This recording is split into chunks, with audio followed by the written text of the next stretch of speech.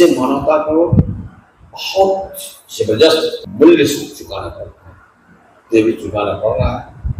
अब आने वाले समय में और चुकाना पड़ेगा, क्योंकि श्री श्यामानंद जी ने कभी कहा है कि अगर तुम लोग समय रहते मानवता का जब मूल्य गिर रहा है उसको नहीं संभालते हो तो भयंकर त्रासदी होगी।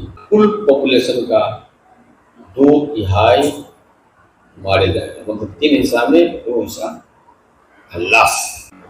इसके बाद सद्विप्र समाज की स्थापना होगी। इसके बाद गुरु के द्वारा जो संश्लेषण है, जो सार तत्व है, जो उपदेश है, उस रास्ते पे लोग चलेंगे पूरे विश्वास के साथ, पूरे शिद्दत के साथ, और महासंगति से आनंद मुक्ति का संकल्प पूरा होगा।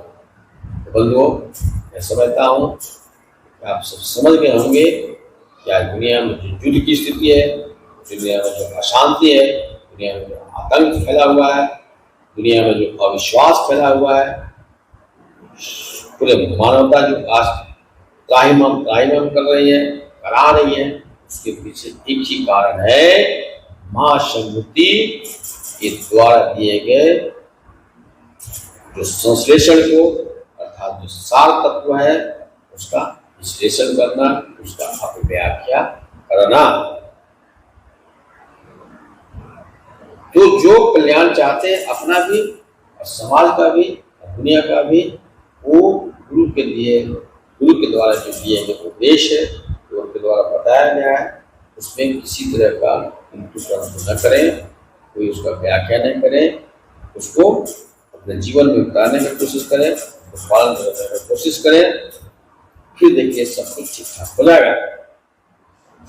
दुख की बात है कि आनंद मार्ग में भी आनंद मार्ग प्रचार समिति को बनाया है।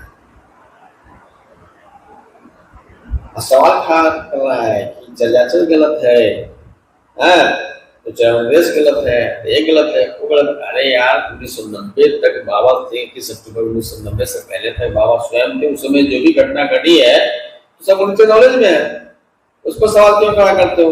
उस पर अगर सवाल खड़ा करते हो इसका मतलब श्री श्यामानंद जी का जो सर्वज्ञाता, अंतर्यामी या भगवान होने का जो ये है, उस पर कुछ सवाल खड़ा कर रहे हो, मतलब उनको मान नहीं रहे हो, उनको ईश्वर नहीं मान रहे हो, उनको तारक गोलम नहीं मान रहे हो, महासमुद्र नहीं मान रहे हो, तो फिर तो आनंद मार्ग तो हो ही नहीं। तो ऐसे लोगों को बिल्कुल ही नेग्लेक्ट करना चाहिए, इनको कभी भी वैल्यू ना दें।